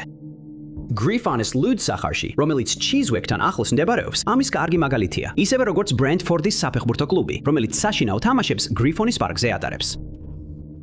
გარდა ამისა, Brentford-ისა და Chiswick-ის გერბზე გამოსახულია ორი გრიფონი, რომლებიც შორის ფარს იჭერენ. ეს ყველაფერი უკავშირდება ამბავს, რომელიც მე-17 საუკუნის შუა წლებში მოხდა, როცა მეფე Charles მეორე იყო ხელისუფლებაში. ამბობენ, რომ მას რომანი ჰქონდა ქალთან სახელად Nell Gwynne და გადაწყვიტა მისთვის განსაკუთრებული საჩუქარი მიეცა, რომელიც გრიფონი იყო. მან ეს არსება თავის სახლში, Bathში, ახლანდელი Brent Road-ი შეინახა და იქ უბედური შემთხვევა მოხდა. ერთ დღეს გრიფონი როგორღაც Brent-ის მდინარეში ჩავარდა და იქიდან დინებამ Thames-ის მდინარეში ჩაიტანა. დამწუხრებული ნელი ფიქრობდა, რომ არსება დაიხჩა, მაგრამ მისთვის უცნობად ის Brentford ეაჩი აღმოჩნდა, სადაც შეძლო ნაპირზე გამოსვლა. ის იმ ტერიტორიაზე ცხოვრებას აგრძელებდა და მალე შეძლო პარტნიო ისპოვნა. მოთხრობის მეორე ნაწილი ისაა, რომ წლების შემდეგ Joseph Banks-მა კიდევ ერთი გრიფონი მოიყვანა ამ ტერიტორიაზე. მას შემდეგ, რაც კაპიტანი James Cook-ისთან ერთად ეგზოტიკურ კუნძულს ეწვია. მისმა გრიფონმა შემდეგ გაქცევა მოახერხა და ნელის გრიფონი იპოვა. წყვილმა რამდენიმე შთამომავალი გააჩინა, სანამ გაურკვევლად გაქრებოდნენ და ხალხი ამტკიცებდა, რომ ამ არსებებს დროდადრო ხედავდა. Kevin Chippendale-მა 1984 წელს განაცხადა, რომ ის პრაიმარის გზაზე სეირნობდა, როცა მწვანე დრაკონის საცხოვრებელი კომპლექსის სახურავის ზემოთ ცაში უცნაური არსება შენიშნა. მან განაცხადა, რომ მას ძაღლის დრუნჩი, 4 ფეხი და ფრთების წყვილი ჰქონდა, რაც ცაში უპრობლემოდ ფრენაში ეხმარებოდა. მომდევნო წელს მან იგივე არსება ისევ ნახა და მხოლოდ მაშინ გააცნობიერა, რომ ის ძალიან გავდა გრიფონს, რომელიც გრიფონის პაბის ნიშნზე იყო გამოსახული. ამჯერად რამდენიმე სხვა ადამიანმაც ნახა ეს არსება და ისინი გაოცებულნი დარჩნენ. მალე ამ რაიონის კიდევ უფრო მეტმა მცხოვრებმა დაიწყო მსგავსი არსების დანახვა, თუმცა ადამიანების უმეტესობა ფიქრობდა, რომ ეს ან ტყუილი იყო, ან მედია იყო პასუხისგებელი იმ თავდაპირველი შეცდომით დანახვის სენსაციად გადაქცევაზე. რაც არ უნდა იყოს, Brentford-ში ბევრი ადამიანი კვლავ მტკიცედ დარწმუნებულია, რომ გრიფონი ნამდვილად არსებობს და ყველა ეს დანახვა ნამდვილი იყო. ნომერი 9. 1929 წელს. პროფესორმა ალექსანდრე ჩუვაროვმა, რომელიც ბაშკირეთის სახელმწიფო უნივერსიტეტში რუსეთში მუშაობდა, გამორჩეული აღმოჩენა გააკეთა, როდესაც ის და მისი მეგობრები სამხრეთ ურალის სოფელ ჩანდერს იკვლევდნენ. ჩუვაროვს საკითხული ჰქონდა ისტორიული ცნობები, საუბები, სადაც აღნიშნული იყო, რომ ამ ტერიტორიაზე ოდესღაც დიდი ქვის ფილები არსებობდა და ჯგუფმა დაიწყო ამაზე მტკიცებულებების ძიება. მათ საბოლოოდ დაიწყეს ძიება ერთ-ერთი სახლის აივნის ქვეშ და გააკეთეს გამორჩეული აღმოჩენა, მას შემდეგ რაც გაიგეს, რომ ასეთი ქვა დიდი ხნის წინ აივნის საძირკვად იყო გამოყენებული. მას უთხრეს, რომ ფილაზე უცნაური, გაურკვეველი ნაკაწრები იყო და მისი ინტერესი მაშინვე გაიზარდა. ქვის პოვნის შემდეგ მან მას დაარქვა დაშკა თავისი შვილიშვილის სახელზე, თუმცა ის ასევე ცნობილია როგორც ურალის რუკის ქვა ან შემოქმედის ქვა. ფილის ამოვების შემდეგ ის უფრო დეტალურად შეისწავლეს და დაადასტურეს, რომ მას მართლაც ჰქონდა წარწერები და ნაკაწრები. მიჩნეულია, რომ ის დაახლოებით 120 მილიონი წლისაა და მკვლევარები ჯერ კიდევ ცდილობენ დაადგინონ, ვინ შექმნა იგი. ქვა დაახლოებით 5 ფუტის სიმაღლისა და მისი წონა დაახლოებით 1 ტონას შეადგენს. დაადგინდა, რომ მასზე ამოტვიფრული გამოსახულებები ურალის მთების რეგიონის რუკა, რაც თავისთავად გამორჩეულია, მაგრამ მკვლევარები გაოცებულნი დარჩნენ იმ სიზუსტით, რომლითაც ის იყო დახატული. ის ასახავს რეგიონის არხების ქსელს, სარწყავი სისტემების მარშრუტებს და ყველაზე გამორჩეულად ორ ხელოვნურ კაშხალს, რომლებიც მიიჩნევა, რომ იმ პერიოდში არსებობდა. ეს კაშხლები იმდენად დიდი იყო, რომ მეცნიერებს უჭირთ გაარკვიონ, როგორ შეძლო ამ უძველესმა ცივილიზაციამ მათი აშენება პრიმიტიული იარაღებითა და ტექნიკით. ეს მიუთითებს იმაზე, რომ ქვის შემქმნელებს ჰქონდათ გარკვეული განსაკუთრებული ცოდნა და ამის გამო მრავალი თეორია არსებობს იმის შესახებ, თუ ვინ დახატა რუკა და როგორ შეძლეს ამის გაკეთება. დამატებითმა ანალიზმა აჩვენა, რომ ქვას აქვს 3 სხვადასხვა ფენა: ერთი ფაიფურის, მეორე დიოფსიდის მინის და მესამე დოლომიტის. უნდა აღინიშნოს, რომ ეს 3 მასალა ბუნებაში არასოდეს გვხვდება ერთად შერწყმული, რაც კიდევ უფრო მეტ საიდუმლოს სცენს უკვე აუხსნელ აღმოჩენას. Pfeiffer's ფენა შეიცავს აღნიშნულ რუკას, მაგრამ ის, რაც ისტორიკოსებს ააცებთ, არის ის ფაქტი, რომ ამ ფაიფურის შესაქმნელად აუცილებელი იქნებოდა უკიდურესად მაღალი ტემპერატურები. და ეს იმ დროს შეუძლებელი უნდა ყოფილიყო, რადგან ჩვენ მხოლოდ თანამედროვე ეპოქაში კონტროლირებად და უკიდურესად საშიშ პირობებში შეგვიძლია ამ ტემპერატურების მიღწევა. ეს ეწინააღმდეგება მრავალი ექსპერტის თეორიებს, რომლებიც მიიჩნევენ, რომ ქვა უბრალოდ ბუნებრივი წარმონაქმნია და საერთოდ არ წარმოადგენს რუკას. ჩუვირომა განაცხადა, რომ რუკა მხოლოდ საჰაერო ხედიდან შეიძლებოდა შექმნილიყო, რადგან ის ტერიტორიას სამგანზომილებიანი სიზუსტით აჩვენებს. რაც შეეხება ქვის ზედაპირზე ამოტვიფრულ წარწერებსა და სიმბოლოებს, ჯერ ვერავინ მიუახლოვდა მათ გაშიფრას. რამდენიმე სხვა უძველესი ენა, როგორიცაა სუმერული, სანსკრიტი და პროტოჩინური, შეადარეს ამ ქვას, მაგრამ არც ერთი ეს ენა არ გავს ფილაზე არსებულ წარწერას. Hide უფრო უცნაურია ის ფაქტი, რომ იმ დროს, როდესაც როგორც ამბობენ ეს ქვა შეიქმნა, დედამიწაზე დინოზავრები და მსგავსი არსებები დაძრწოდნენ, ხოლო ჰომინიდები ჯერგევ არ კიდევ არ არსებობდნენ. კვლევა კვლავ გრძელდება და იმედი გვაქვს, რომ ერთ დღეს ურალის რუკის ქვის ნამდვილ დანიშნულებას გავიგებთ. ნომერი 8. Mount Washington, რომელიც მდებარეობს New Hampshire შტატში, აშშ-ში, აპალაჩის ბილიკის ერთ-ერთი ყველაზე გამორჩეული ღირსშესანიშნაობაა. 8 ფუტის სიმაღლეზე აღმართული, ეს არის ქვეყნის ჩრდილო-აღმოსავლეთის ყველაზე მაღალი მწვერვალი. ბილიკზე ასევე მდებარეობს აპალაჩის მთის ქლის კლუბის რამდენიმე ქოხი. და მიუხედავად იმისა, რომ ამ ქოხების აშენება კეთილი განზრახვით მოხდა, ისინი გარკვეულწილად საკამათო გახდა იმ მოგზაურებს შორის, ვინც გაბედა და ბილიკი გაიარა. კარგად არის ცნობილი, რომ ბილიკზე ამინდის პირობები შეიძლება ძალიან სწრაფად შეიცვალოს და ბევრ მოგზაურს აღმოუჩენია თავი ღია ცის ქვეშ თავშესაფრის გარეშე. ამბობენ, რომ ამ ქოხებმა ბევრ ასეთ სიტუაციაში სიცოცხლე გადაარჩინა, მაგრამ ყველას არ მოსწონს ისინი. ზოგი მოგზაური ფიქრობს, რომ ქოხების გამოყენებაში მათგან ზედმეტად ბევრს ითხოვენ და არ მოსწონთ ის ფაქტი, რომ ზოგ მოლაშქრეს, რომლებიც მთელ ბილიკს გადიან, ხშირად არ უწევთ გადახდა, რადგან ისინი თავიანთ შრომას საკვების, თავშესაფრისა და წყლის სანაცვლოდ სთავაზობენ. ქოხები ამ ტერიტორიებზე უკვე 5 წელზე მეტია არსებობს. ისინი უფრო ძველია ვიდრე აპალაჩის ბილიკი, რომელიც 1937 წელს დასრულდა. თავდაპირველად, ქოხები ამ ტერიტორიაზე გამლელი ადამიანების მიერ უხეშად იყო აშენებული, როგორც თავშესაფარი, მაგრამ დროთა განმავლობაში ისინი განახლდა და იქ დღეს არსებული ქოხებად გადაიქცა. ყველაზე ცნობილი ქოხები მდებარეობს Greenleafში, Lonesome Lakeში, Galeheadში, Zillen Fallsში და ღრუბლების ტბებთან. ეს იყო ამ ქოხებიდან უკანასკნელი, რომელიც ყველაზე მაღალ სიმაღლეზე მდებარეობდა, სადაც უცნაური შემთხვევა მოხდა 1930-იანი წლების შუა პერიოდში. ეს ყველაფერი დაიწყო 1900 წელს, როცა ორი მოლაშქრე, Alan Ormsby და William Courtesy, ბილიკს კვეთდნენ. როგორც ხშირად ხდება, ამ ტერიტორიაზე ამინდის პირობები მოულოდნელად გაუარესდა და ისინი მძვინვარე ქარიშხალში მოყვნენ, რომელმაც მათი სიცოცხლე იმსხვერპლა, რადგან თავშესაფრის პოვნა ვერ შეძლეს. ამის შემდეგ გადაწყდა, რომ მსგავსი ტრაგედიების თავიდან ასაცილებლად მომავალში ქოხი უნდა აეშენებინათ. ის ქოხი საბოლოოდ შეცვალა AMC-ის ქოხმა, რომელიც დღესაც დგას, მიუხედავად იმისა, რომ მასთან ერთი შემზარავი ამბავია დაკავშირებული. დაახლოებით 1935 წელს AMC-ის ეკიპაჟის ერთ-ერთი წევრი, რომლის შესახებაც მხოლოდ ის ვიცით, რომ ჯორჯი ერქვა, გაგზავნეს ქოხის შესამოწმებლად, სანამ ზამთრის სეზონის დასრულების შემდეგ ის გაიხსნებოდა. მას უთხრეს, რომ შეემოწმებინა ქოხი რაიმე დაზიანებაზე და თავისი აღმოჩენები რაციის საშუალებით ეცნობებინა ზედამხედველებისთვის. როცა მივიდა, არანაირი შესამჩნევი დაზიანება არ აღმოაჩინა, რადგან ფანჯრები ისევ დაფარული იყო და ცივ ამინდს, როგორც ჩანს, შენობაზე გავლენა არ მოუხდენია. იმ დღეს დაახლოებით შუა დღისას დანარჩენმა ეკიპაჟმა რადიოთი დაუკავშირდა ჯორჯს, რომ გაეგოთ რა აღმოაჩინა, მაგრამ პასუხი ვერ მიიღეს, რაც უჩვეულო არ ყოფილა. მათ იფიქრეს, რომ ჯორჯ შეიძლება სასეირნოდ წასვლა გადაეწყვიტა, მაგრამ როცა საღამოს 8 საათამდე მაინც ვერ დაუკავშირდნენ, შეშფოთდნენ. გადაწყვეტილ იქნა, რომ დილით ეკიპაჟი გაგზავნიდნენ ქოხში, რათა ჯორჯის მდგომარეობა შეემოწმებინათ. როცა მივიდნენ, ქოხში მისი ზურგჩანთა და აღჭურვილობა ნახეს, ხოლო სამზარეულოს მაგიდაზე მისი რადიო იპოვეს. რადიოს ბატარეა ჯერ კიდევ საკმარისი ჰქონდა და ვერ ხსნიდნენ, რატომ არ უპასუხა მან წინა დღეს. ქოხი გაჩხრიკეს, მაგრამ ჯორჯის ყვალი ვერ ნახეს, ამიტომ გარეთ დაიწყეს ზებნა, მაგრამ უშედეგოდ. ბოლოს ვიღაცამ ხმაური გაიგო სამზარეულოდან და როცა შეამოწმეს, ჯორჯი ნახეს ნიჯარის ქვეშ შეშინებული, გულზე მიკრული ნაჯახით. ის აშკარად შეშინებული იყო და ნარჩენ ეკიპაჟს ევედრებოდა იქიდან გაეყვანათ. მოგვიანებით მან ახსნა, რომ ქოხში მისვლისას ძალიან დაღლილი იყო და როცა შიგნით შევიდა, ამოისუნთქა და მარაგების დათვლას შეუდგა.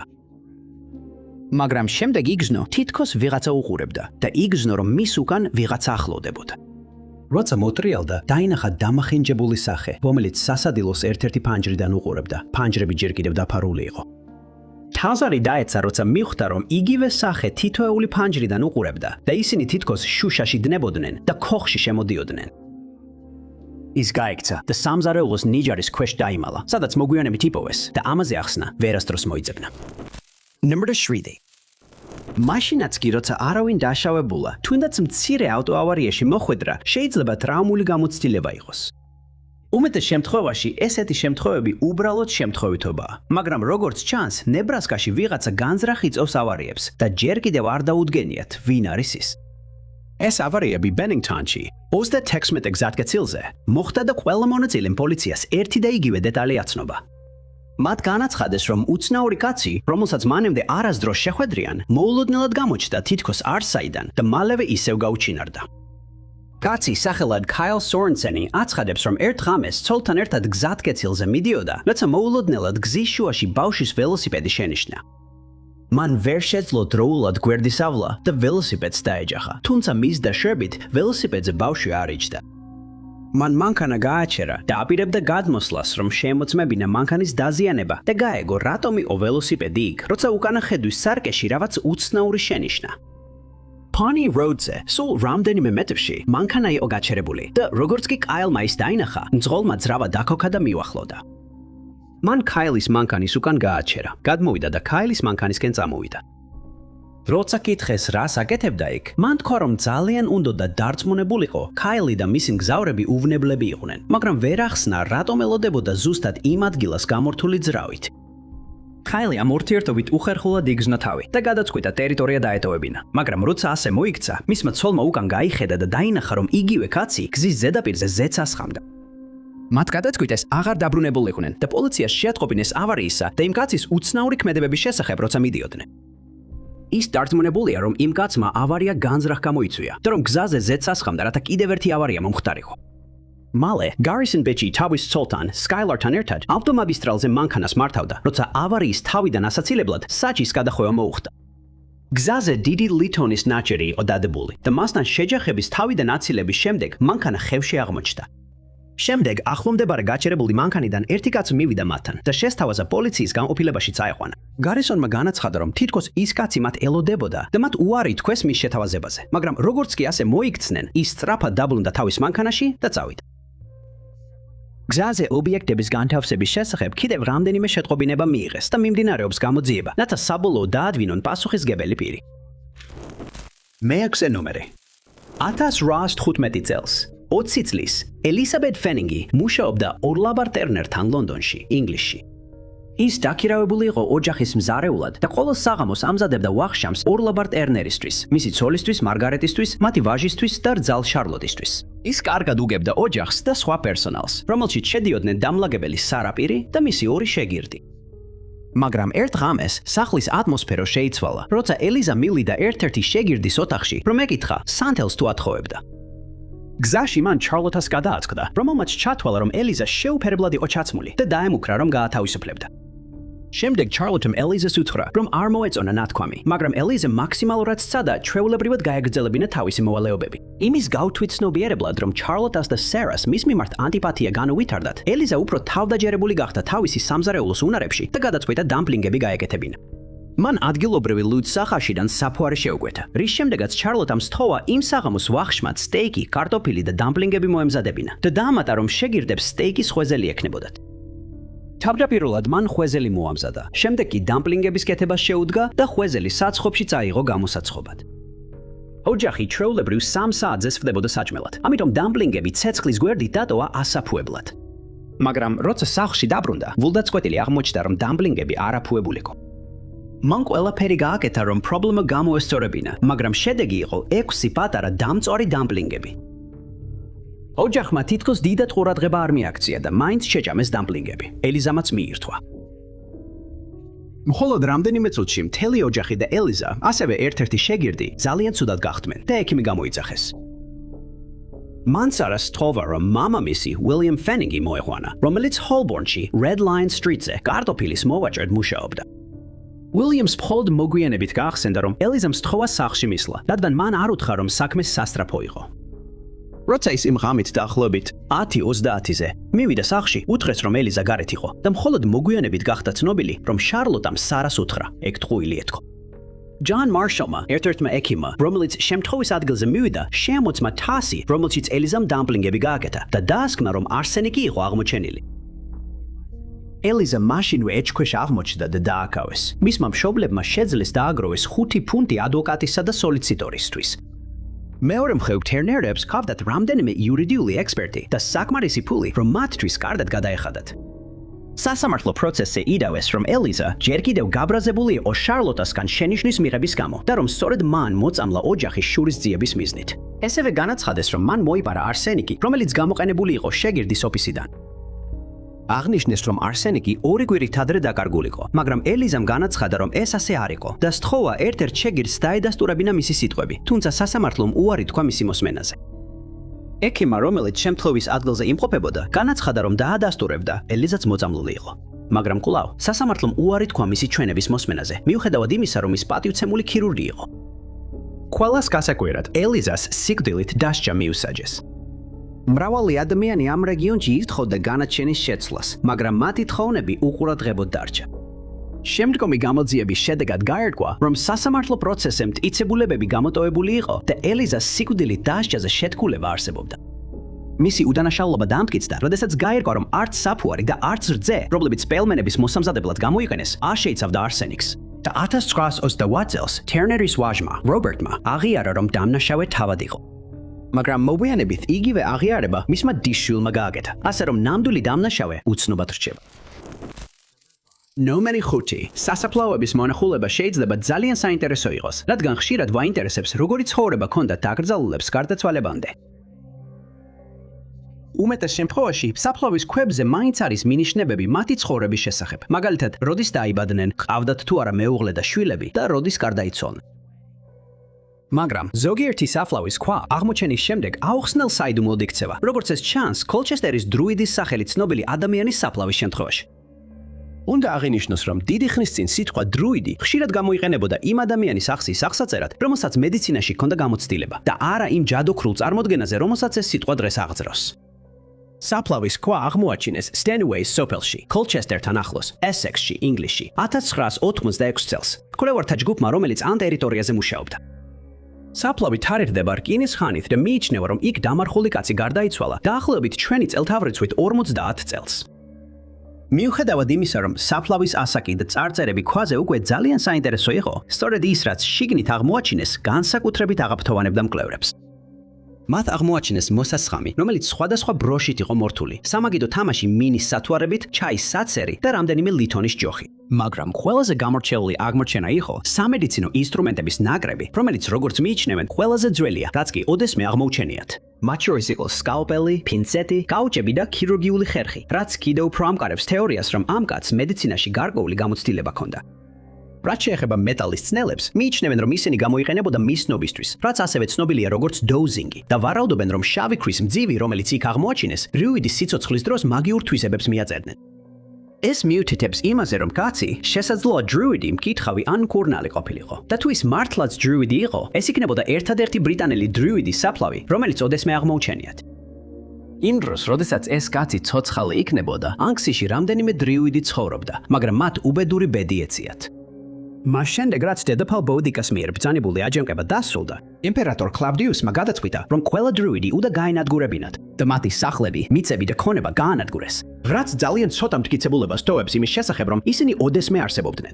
ამიტომ, თუ ოდესმე დამტკიცდება, რომ ეს სამარხი დრუიდს ეკუთვნის, ეს იქნება გამორჩეული აღმოჩენა. სამწუხაროდ, ექსპერტებს ამჟამად არ აქვთ ამის დამტკიცების გზა და ამ კაცის ვინაობა უცნობად რჩება. მკვლევრები უკვე 10 წელზე მეტი ესწავლობენ ამ სამარხს და მასთან ერთად აღმოჩენილ ლიფტებს. და მიუხედავად იმისა, რომ ბევრს სულ უფრო მეტად უჩნდება რწმენა, რომ ეს კაცი დრუიდი იყო, სხვები ფიქრობენ, რომ მან სავარაუდოდ სიცოცხლე დაკარგა. ბრიტანეთში რომაელთა შემოსევის დროს, რომელიც ჩვენს წელთაღრიცხვით 53 წელს მოხდა. ეჭვ გარეშეა, რომ დამატებითი კვლევები ჩატარდება და ყველა ძალისხმევა იქნება მიმართული დრუიდის იდენტიფიცირებისკენ. მაგრამ ამ ეტაპზე მხოლოდ ვარაუდი შეგვიძლია, ვინ იყო ის და რა საქმიანობდა საუკუნეების წინეების წინ. ნომერი 4. უდავოდ ძალიან ამაღლებელია უძველესი ქვის აღმოჩენა, რომელზეც საუკუნეების წინანდელი წარწერაა. მაგრამ ესეთი აღმოჩენები შეიძლება ძალიან დამთგუნველიც იყოს, როცა მკვლევარები აცნობიერებენ, რომ მათ არ შეუძლიათ წარწერის თარგმნა და ქვის ზედა ტექსტი ალბათ არასდროს გახდება ცნობილი. ესეთი შემთხვევაა ოლმეკების დამწერლობა, რომელიც მექსიკაში 4 ტონიან ვერტიკალურ ქვას აღმოაჩნდა. აღმოჩენა როგორც ბევრი სხვა სრულიად შემთხვევით მოხდა. დმეთევზეები, რომლებმაც იგი 1986 წელს შემთხვევით იპოვეს, ვერასდროს წარმოიდგენდნენ, რომ მათი აღმოჩენა 10 წლეულების განმავლობაში მეცნიერებს საგონებელში ჩააგდებდა. ქვა აღმოაჩინეს პატარა მეთევზეთა დასახლებაში ლამოჰარაში, ვერაკრუსის მახლობლად. და როგორც კი ექსპერტებმა მისი შესწავლა დაიწყეს, მიხდნენ, რომ რთული ამოცანა ჰქონდათ წინ. ოლმეკების დამწერლობა, რომელიც ამ ქვის ზედაპირზე აღმოჩნდა, იმდენად ძველია, რომ მხოლოდ მისი მცირე ნაწილი შეიძლება გაიშიფროს, ხოლო დანარჩენი საიდუმლოდ რჩება. მიჩნეულია, რომ ეს პიქტოგრაფიული დამწერლობა დაახლოებით 2000 წლისაა, რადგან იმ პერიოდში ამ რეგიონში სწორედ ასეთი წერა გამოიყენებოდა, ოლმეკების ცივილიზაციის დამწერლობისგან განვითარებული. ორ არქეოლოგს, ჯონ ჯასტისონს ნიუ-იორკის შტატის ალბანის უნივერსიტეტიდან და ტერენს კაუფმანს პიტსბურგის უნივერსიტეტიდან ქვა საფუძვლიანად აქვთ შესწავლილი. მათ შეძლეს ამ დამწერლობის გამოყენება ერთგვარ როზეტას ქვასავით, რაც ისტორიკოსებს დაეხმარა ეგვიპტური იეროგლიფების გაშიფრაში მისი აღმოჩენის შემდეგ. და ამ პროცესში მათ შეძლეს აღმოეჩინათ მსგავსებები ქვის წარწერასა და მაიას მიერ გამოყენებულ დამწერლობას შორის, მათ შორის კალენდარულ ჩანაწერებსა და რიცხვით სისტემებს. მაგრამ ქვა შეიცავს უამრავ წარწერას, რომელიც ამოტვიფრულია 21 სვეტში, რაც მას აქცევს ყველაზე გრძელ წარწერად ამ ტიპის ნიმუშებს შორის, რაც კი ოდესმე აღმოუჩენიათ. გაშიფრული ნაწილები მოგვითხრობს მეფის შესახებ, რომელმაც ძალაუფლება მოიპოვა ხანგრძლივი ომებისა და რიტუალების შემდეგ. აღმოაჩინეს, რომ წარწერას აქვს რამდენიმე ძალიან საინტერესო თავისებურება. მაგალითად, ერთი და იგივე სიმბოლოები ჩნდება ზოგიერთი სვეტის დასაწყისსა და ბოლოში, რაც მიუთითებს, რომ ისინი გამოიყენებოდა როგორც წინადადების ნაწილის გახსნისა და დახურვის ნიშნები. მიუხედავად იმისა, რომ გარკვეული პროგრესი მიღწეულია, მკვლევრებს ბევრი სირთულის გადალახვა მოუწიათ. მათ უნდა გაერკვიათ, როგორ იქმნებოდა ეს სიტყვები, ან წინააღმდეგ შემთხვევაში არასწორი თარგმანის გაკეთების რისკი არსებობდა. შესაბამისად, ის შედარებულ იქნა იმ დროისთვის რეგიონში გავრცელებულ მრავალ ენასთან და ამ ნაწილობრივი თარგმანი სწორედ ასე შეიქმნა. მიუხედავად იმისა, რომ ნაწილის წარწერა უკვე გაშიფრულია, ქვის წარწერის დიდი ნაწილი კვლავ საიდუმლოდ რჩება და იმედი აქვთ, რომ მომავალში კიდევ უფრო მეტ პროგრესს მიაღწევენ. ამისთვის ექსპერტები იმედოვნებენ, რომ აღმოაჩენენ მეტ არტეფაქტს, რომლებზეც იგივე წარწერა იქნება, რათა მათი გამოყენებით მეფის ამბის დანარჩენი ნაწილი გაარკვიონ. ჯერჯერობით კი ეს გამორჩეული აღმოჩენა კვლავ საიდუმლოდ რჩება და მხოლოდ დრო გვიჩვენებს, შევძლებთ თუ არა ოდესმე გავიგოთ, ვინ ამოკვეთა ეს სიტყვები ქვაზე და რა იყო მისი ნამდვილი დანიშნულება. მესამე. არსებები, რომლებსაც ბიგ-ფათებს უწოდებენ, წარდგენა არ სჭირდებათ, რადგან ისინი ყველაზე ხშირად განხილულ კრიპტიდებს შორის არიან ყველა დროის განმავლობაში, მათ ნათესავ სასკოჩთან და ლოხ-ნესის ურჩხულთან ერთად. ბევრი ადამიანი ფიქრობს, რომ ბიგ-ფათები რეალურები არიან და ამტკიცებენ, რომ მათთან ახლო შეხვედრა ჰქონდათ, მაგრამ კიდევ უფრო მეტი სკეპტიკურადაა განწყობილი, რადგან მათი არსებობის რეალური მტკიცებულება არასდროს აღმოჩენილა. ბიგ-ფათის ყველაზე ხშირი ნახვის შემთხვევები ყოველ წელს აშშ-ის წყნარი ოკეანის ჩრდილო-დასავლეთ ნაწილში ფიქსირდება, ხოლო ყველაზე მეტი დაფიქსირებული შემთხვევა ვაშინგტონის შტატშია. ასევე იუწყებიან, რომ ისინი კალიფორნიაში, ორეგონში, ბრიტანეთის კოლუმბიაში და სხვა ველურ ადგილებში ნახეს, თუმცა ჯერ არავის შეძლებია ამ მტკიცებების დამაჯერებელი ვიდეო მასალის ან სხვა მტკიცებულების წარმოდგენა. მიუხედავად იმისა, რომ ბიგ-ფათი კარგად არის ცნობილი აშშ-ში და სხვა ბევრ ქვეყანაში, კიდევ ერთი მსგავსი არსება, რომელიც წლების განმავლობაში ახალ ზელანდიაში შეამჩნიეს, ბევრად უფრო უცნობია, მაგრამ ის ისეთივე საიდუმლოებით მოცულია, როგორც მისი ამერიკელი ანალოგი. ეს არსება, რომელიც ცნობილია როგორც მოჰელ-მენი, ძველი მაორების ლეგენდებში გვხვდება, სადაც მას აღწერენ როგორც მაიმუნის მსგავს ცხოველს, რომელიც უკანა თათებზე დგებოდა. მოწმეები ამბობენ, რომ მას მთელ სხეულზე ბეწვი აქვს და ადამიანზე ბევრად ძლიერი ჩანს, რადგან საშუალო მამაკაცზე გაცილებით დიდია. მოჰელ-მენის ამბის საბოლოოდ გასარკვევად, პარანორმალური მოვლენების გამომძიებელმა მარკ კოპელმა გადაწყვიტა, რომ ეს არსება მოეძებნა და იმედოვნებს, რომ მის არსებობას ახალზელანდიის ტყეებში სადმე მტკიცებულებას აბასიპოვის. ის ამბობს, რომ ეს გადაწყვეტილება 2015 წელს მიიღო, მას შემდეგ, რაც კორომანდელის ტყეში გარკვეული დრო გაატარა. მან განაცხადა, რომ ერთ დღეს, როდესაც ლაშქრობდა, უცნაურ ნაკვალევს გადააწყდა, რომის იდენტიფიცირებაც ვერ შეძლო. ნაკვალევი თითქმის მიუწვდომელ ადგილებში იპოვეს და ჩანდა, რომ რომელი არსებაც არ უნდა ყოფილიყო, ის უკანა ფეხებზე დადიოდა. აღმოჩენის შემდეგ მალევე, მარკს მძიმე ორფეხა არსების ნაბიჯების ხმა ესმოდა იმ ტერიტორიაზე. და მოუსვენრობა დაეწყო, რადგან დარწმუნდა, რომ ვიღაცა ან რაღაცა აკვირდებოდა და მისდევდა მას. მან გააკეთა ნაკვალევის ანაბეჭდები და იწყო პირველი პირის ხედვის კამერების დამაგრება იმ იმედით, რომ მოჰელ-მენის დანახვას შეძლებდა. მას შემდეგ მან ბევრი დრო გაატარა კორომანდელის ნახევარკუნძულზე, ჩრდილოეთ კუნძულზე და სხვა აღმოჩენებიც დააფიქსირა. რამდენიმე შემთხვევაში ის შეშინდა, როცა არსების ხვირილის ან შესაძლოა ძახილის ხმა გაიგონა და ეს ხმა არაფერს გავდა, რაც მის ცხოვრებაში სხვა ცხოველებისგან მოусმენია. მან ასევე კიდევ რამდენიმე წყვილი ნაკვალევი აღმოაჩინა და ერთ შემთხვევაში რაღაცა ხშირი ბუჩქნარიდან მისკენ ქვების სროლა დაიწყო, მაგრამ ვერ დაინახა ვინ იყო ამის მიზეზი. შემდეგ მან დაიწყო ხის დაკაკუნების ხმების გაგონება, რომლებიც ჩვეულებრივ ბიგფუტსზე უკავშირდება. ეს ხმა გავს ხის ინსტრუმენტის, მაგალითად ბეისბოლის ჯოხის, ხეზე დაკაკუნების ხმას და ექსპერტები ვარაუდობენ, რომ ეს შეიძლება იყოს გაფრთხილების ან არსებებს შორის კომუნიკაციის მეთოდის.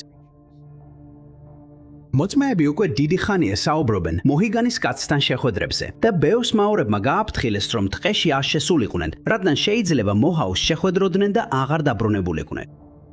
ესევე იყო მრავალი თანამედროვე ხილვაც, მაგრამ მარკის თქმით, ეს მოწმეები შიშის გამო არ ისურვებდნენ თავიანთი გამოცდილების გაზიარებას.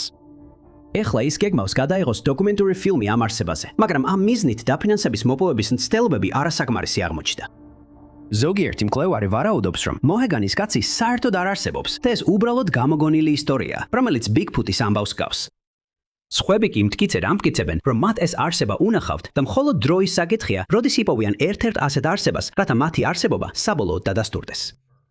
ნომერი 2. Frederick Hamilton, Temple Blackwoody, პირველი მარკიზი დაფერინი და ავა უფრო მოკლე სახელითაა ცნობილი, ლორდი დაფერინი. ის დაიბადა 1826 წლის ივნისში და შემდგომში გახდა სახელმწიფო მოღვაწე, გამოცდილი მოგზაური და საბოლოოდ კანადის გენერალ-გუბერნატორი და ინდოეთის ვიცე-მეფე. მან გადაკვეთა ჩრდილოეთ ატლანტის ოკეანე და მოგვიანებით გამოაკვეკნა მოგზაურობის მემუარები, რის შედეგადაც გარკვეულწილად ცნობილ პიროვნებად იქცა. 1860 წელს იგი სირიის კომისრად დაინიშნა, რის შემდეგაც გახდა ლანკასტერის საჰერცოგოს კანცლერი. მისი ნაცნობების თქმით, იგი ბუნებრივი დიპლომატი იყო, თუმცა ხშირად ფინანსურ სირთულეებში ვარდებოდა, რადგან ჩვევა ჰქონდა, რომ შესაძლებლობებზე მეტად ეცხოვრა. მისი მამულები მოდუ იპოთეკით იყო დატვირთული და 1875 წლისთვის მას 300,000 ფუნტის ვალი ჰქონდა. რამდენიმე საკუთრების გაყიდვის შემდეგ, რათა ეს ვალები დაეფარა, მან 1896 წელს დიპლომატიური სამსახური დატოვა და 6 წლის შემდეგ ინდოეთის ქალაქ ბენგალოში საკუთარ სახლში გარდაიცვალა. მაგრამ ის ასევე ცნობილია უცნაური შემთხვევით, რომელიც 1859 წელს მოხდა.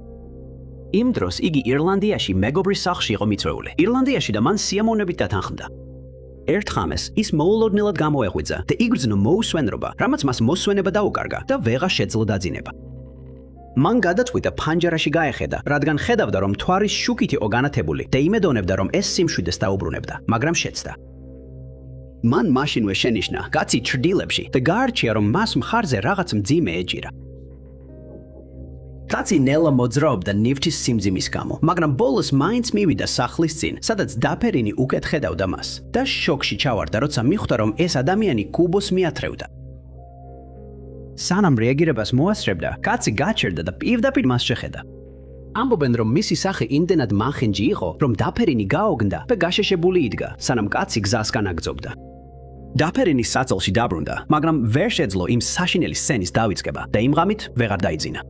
მეორე დილით მან მეგობარს კითხა ამ შემთხვევის შესახებ, მაგრამ მან ვერანაირი ახსნა ვერ მისცა. ის არ იცნობდა ესეთ აღწერილ ადამიანს და არ ჰქონდა ინფორმაცია რაიმე დაკრძალვის შესახებ, რომელიც იმ ტერიტორიაზე გაიმართა.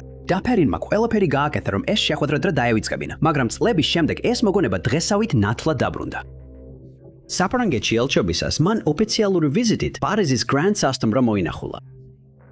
მას მიუთითეს დიდი ლიფტისკენ, სადაც ოფიციალური პირები ელოდნენ და აპირებდნენ ლიფტით შეხვედრის ოთახში ასვლას. მაგრამ, როდესაც კარები გაიღო, დაფერინი შოკში ჩავარდა, რადგან ლიფტში იმავე ბაღში ნანახი კაცი იდგა და მან უარი თქვა ლიფტში შესვლაზე. მან განაცხადა, რომ რაღაც დაავიწყდა და დანარჩენებს უთხრა, მის გარეშე წასულიყვნენ წინ. მას სურდა მიმქებთან ეკითხა, ვინ იყო ის კაცი, მაგრამ სანამ ამას გააკეთებდა, ლიფტი ზემოდან ჩამოვარდა და ის გადარჩა, მაშინ როცა მისი კოლეგები დაიღუპნენ. ბევრი ამტკიცებს, რომ ეს არასდროს მომხდარა და ყველაფერი უბრალოდ გამოგონილი ამბავია, მაგრამ აღინიშნება, რომ თავად დაფერინი ხშირად ყვებოდა ამ ისტორიას და ამატებდა, რომ ის კაცი, ვისეც საუბარია, არასდროს დაუდგენიათ. Number 1.